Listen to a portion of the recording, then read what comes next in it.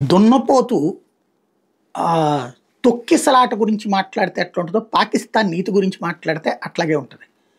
మొన్న వాళ్ళ డిఫెన్స్ మినిస్టరే చెప్పాడు, అవును మేము ఉగ్రవాదం బాగా పెంచి పోషించాం, రష్యాని దెబ్బ కొట్టడానికి అమెరికా యూరప్ దేశాలోళ్ళు వాడుకున్నారు మమ్మల్ని అని చెప్పి.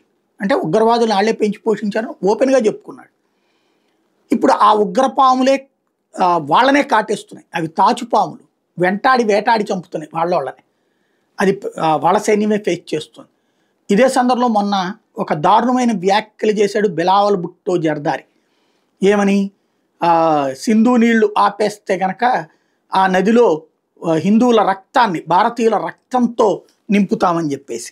సరే, దానికి ఓవైసీ చెప్పుకొచ్చాడు, అంత దమ్ముందా నీకు, జాగ్రత్త, నోరు కంట్రోల్లో పెట్టుకో, మీ అమ్మ ఏమైంది, మీ తాత ఏమయ్యాడో ఒకసారి గుర్తుపెట్టుకో, వాళ్ళని మీ దేశంలోనే చంపారన్నటువంటి గుర్తుపెట్టుకో అన్నటువంటి విషయాన్ని చెప్పుకొచ్చారు.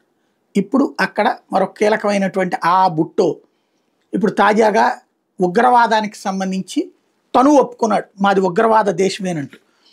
పాక్ ఉగ్ర చరిత్ర ఉందనేది రహస్యమేం కాదు, దీనివల్ల దేశంలో ఇస్లామీకరణ, సైనికీకరణ చోటు చేసుకుంది, ఉగ్ర సంబంధాల ఫలితంగా మేము ఇబ్బంది పడ్డాం, మా అమ్మ మాజీ ప్రధాని బెనజీర్ భుట్టో కూడా ఉగ్రదాడికి బలయ్యారు, దేశం నష్టపోయింది, ఈ పరిణామాల నుంచి పాఠాలు నేర్చుకున్నాం, ఈ సమస్య పరిష్కారానికి అంతర్గత సంస్కరణలు చేపట్టాం, ఇప్పుడు పాక్ ఉగ్ర సంబంధాలు అనేది ముగిసిన అధ్యాయం. ఎంతకంటే వెర్రి మాట ఇంకెవడన్నా చెప్తాడా? ఇప్పుడు మరి వచ్చినటువంటి వాళ్ళందరూ ఉగ్రవాదులు కదా, ఈ అబద్ధాలతోనే బ్రతుకుతారు వాళ్ళు, అబద్ధ ప్రపంచంలో బతుకుతారు వాళ్ళు అనడానికి సజీవ సాక్ష్యం ఇది.